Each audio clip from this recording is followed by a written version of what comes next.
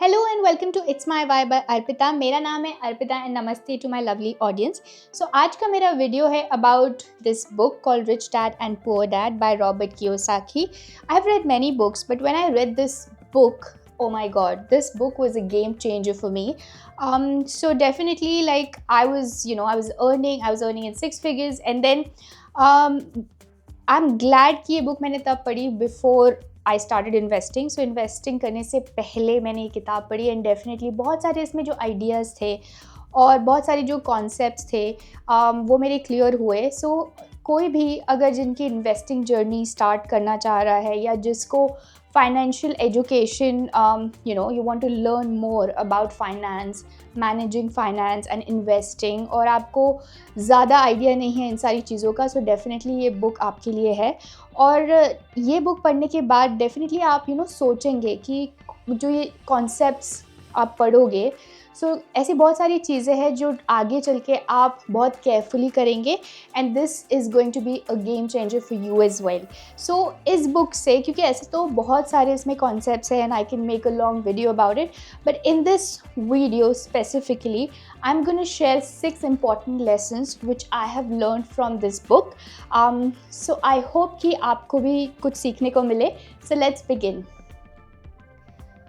So number one lesson that I learned from this book was the importance of financial education.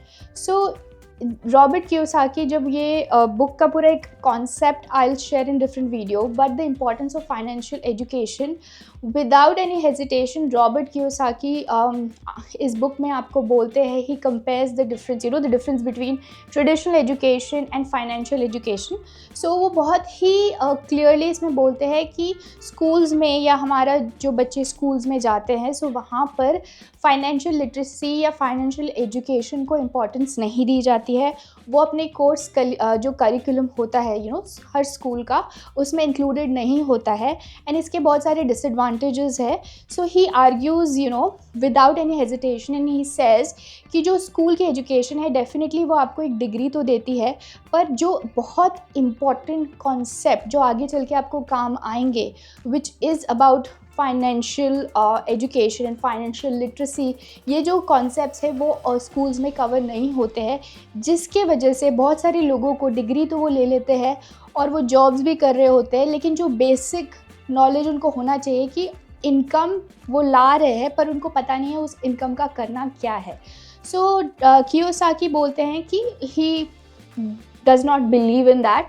So वो he always he's encouraging through this book कि आप ज़्यादा से ज़्यादा time आपका जो financial concepts होते हैं, टैक्सेस होते हैं या आगे चल के I'll tell you, but he encourages you to learn more about finances. So that's the number one lesson from this book. Moving on, the lesson number 2 is, which I personally loved, this one, the difference between assets and liabilities. And Robert Kiyosaki जो power होता है assets और liabilities का, वो इस book में explain करेंगे। सो बहुत ही सिंपल वर्ड्स में मैं आपको बताऊंगी जो उन्होंने भी बताया है कि एसेट वो होता है, सो लाइबिलिटी वो होती है which takes money out of your pocket, and assets वो होते हैं which puts money into your pocket. ठीक है, सो बेसिकली एसेट वो चीज़ है, जो भी एसेट आपके पास होते हैं, सो जिससे आपको पैसा आ रहा है, ठीक है, वो होते हैं एसेट। और लाइबिलिटी होती है जिससे पैसा जा रहा है, जिसके लिए जो भी आप खरीद रहे हैं, जिसकी वजह से आपका पैसा जा रहा है, सो वो होती है लाइबिलिटी। सो बहुत सारे लोग, स्पेशली मिडिल क्लास लोग, जब हम अच्छी जॉब हमें मिल जाती है, हमने डिग्री ले ली, उसके बाद हम सोचते हैं हम एक बड़ा सा घर बनाएंगे और हम कार खरीदेंगे, पर हमें ये नहीं पता होता कि जो कार आप खरीदते हैं, जो आप चला रहे हैं, या जो आप लग्जरी कार या आपका बड़ा सा जो घर है, ये एसेट नहीं है। ठीक है, सो बहुत सारे लोग ये सोचते हैं कि जो उनका बंगला या बड़ा सा घर वो एक एसेट है। No, it's not an asset, because आप उसमें पैसा डाल रहे होते हैं उसके मैनेजमेंट के लिए, उसके मेंटेनेंस के लिए, उससे आपको कुछ पैसा आ नहीं रहा होता है। ठीक है, सो बट उसी घर में जब आप उसको रेंट में देते हो और उससे जो रेंटल इनकम आता है, then it becomes an asset. ठीक है, क्योंकि उसके बाद आपको उससे पैसे मिल रहे होते हैं, right? And the same is for luxury car, because you feel like luxury car तो हम खरीद लेते हैं, जैसे BMW या बहुत सारी जो कार्स है वो हम खरीद लेते हैं after earning a lot, we buy that, but it is not an asset, it comes in the liability section, क्योंकि उसमें आपका पैसा खर्च हो रहा होता है. एक कार में बहुत सारे खर्चे होते हैं, जैसे कि मेंटेनेंस, फ्यूल, इंश्योरेंस, और ये डिप्रिशिएट होती है टाइम के साथ साथ, इसकी वैल्यू कम होती है. जितना आप इसको ज़्यादा यूटिलाइज़ करेंगे तो इस टाइम के साथ साथ इसकी वैल्यू घटती है. So definitely it is a liability. इस कार खरीदने के बाद डेफिनेटली आपको आपकी कन्वीनियंस के लिए, I am not arguing whether it's good और bad in this video. This is mainly about कौन सी चीज़ें आती है एसेट और लाइबिलिटी सेक्शन में. नाउ सो अगर वही कार आपके पास है और आप उससे इनकम अर्न कर रहे हैं, जैसे कि आप ऊबर में वो कार यूज़ कर रहे हैं या उससे जो इनकम आ रही है, then it becomes an asset, but otherwise it's a liability. So ये जो कॉन्सेप्ट है ये बहुत ही पावरफुल है, because it makes you think about all these things. एक होता है रिच बनना या वेल्दी बनना, और एक होता है रिच दिखना. ठीक है. सो बहुत सारे लोग ये लग्जरी कार में और बहुत ऐसे ब्रांडेड क्लोथ्स में और इन सारे चीज़ों में जो बाहर से आपको लगती है कि आपके पास बहुत पैसा है और आप रिच दिखे, और एक्चुअली वेल्दी होने में बहुत डिफरेंस है. So it's a very important concept of liabilities and asset in knowing the difference between both. Okay, moving on. The third lesson from the book is about embracing entrepreneurship.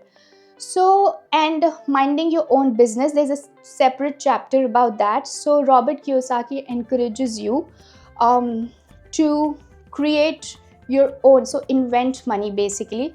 So, he encourages you to do business, whether active, passive.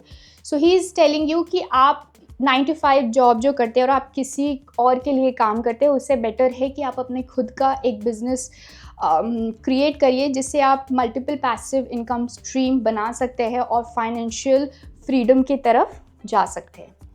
Okay, now moving on, the number 4th lesson in this book, which is don't work for money, make money work for you. So again, Robert Kiyosaki tells you that you do not work for money. So most of the people जो हर सारे लोग एक तरफ भाग रहे होते हैं, ये रैट रेस कहा जाता है जैसे कि, तो आपको भी उस तरफ भागने की ज़रूरत नहीं है. If you want to be rich, जो रिच पीपल करते हैं, they make the money work for you. So don't work for the money, instead make the money work for you. How do you make the money work for you? Again, focusing on your asset section more than the liabilities, creating the business, and इसके बाद वाला जो point है, again that's a very good one. So number 5th lesson from the book is learn to manage risk. So if you want to be wealthy, if you want to be rich, okay, सो बहुत सारे लोग तो इससे डर जाते हैं. ठीक है. So action beats inaction, because they are always fearing, there is a fear involved, and बहुत सारा वो ओवर थिंकिंग कर रहे होते हैं कि इसमें हमारा पैसा चला जाएगा. But action beats inaction, and there is always risk. Okay, and there is failure भी आएगा. सो failure will teach you more. Okay, so as long as you utilize that failure and you see it as a learning opportunity, उसे आप सीख रहे हैं, और risk भी आएंगे. But if you want to be rich, if you want to be wealthy, आपको ये जो रिस्क है ये इनएविटेबल है. ठीक है, वो तो आएंगे. But as long as you make informed decisions, आप इन्फॉर्म्ड डिसीजंस ले रहे हैं बाय टेकिंग कैलकुलेटेड रिस्क. ऐसी रिस्क जिसमें आपने अच्छे से रिसर्च की है और आपको पता है कि इसमें आपका जो फाउंडेशन है, आपका जो लर्निंग है और आपका जो रिसर्च है वो स्ट्रॉन्ग है. And as long as you are taking calculated risk, you should be okay. So that was a important point as well. And number 6th lesson, the power of delayed gratification. And I would tell you one more, is the importance of learning. Okay, so Robert Kiyosaki encourages you कि आप learning में उन्होंने बहुत importance दी है कि work for to learn. So it's very important, whether it's a financial literacy और any skill, आपको कॉन्स्टेंटली ओपन रहना चाहिए to learn something new. Okay. So and the delayed gratification he is talking about कि कभी कभी क्या होता है कि एज लॉन्ग एज आप में वो विल पावर है टू कंट्रोल इमीडिएट रिवॉर्ड्स, क्योंकि ये सारी जो चीज़ें हैं it takes time, right? So it takes time, whether you invest on real estate, stocks, or if you create your business, इसमें वक्त लगता है. So as long as you control your immediate जो आपकी आपको वो rewards का जो हंगर है आप वो कंट्रोल करते हैं, and you wait, and patience is the की.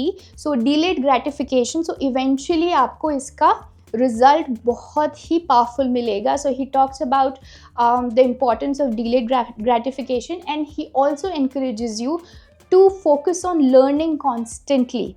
Okay, so work to learn, take calculated risk, and constantly have this hunger कि आपने हमेशा जो अपना mindset होना चाहिए. One more important point he talks about कि आप surround yourself with someone.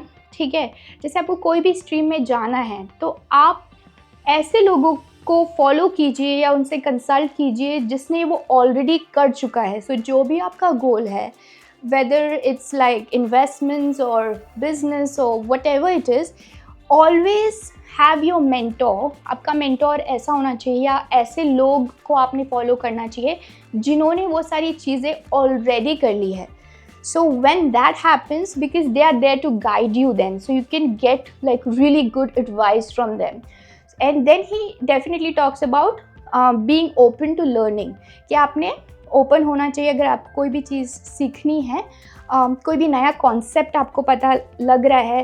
Taxes का उन्होंने बताया कि टैक्सेस कैसे, there is always a solution, और आप उसको टैक्स के बारे में ज़्यादा सीखिए और उसको यूज़ कीजिए टू बिल्ड वेल्थ. ओके, सो ये कुछ इम्पॉर्टेंट लेसन्स थे जो डेफिनेटली जब मैंने पढ़े it really helped me, and I have done things after this which I'm going to share in separate video, but the book was like really powerful.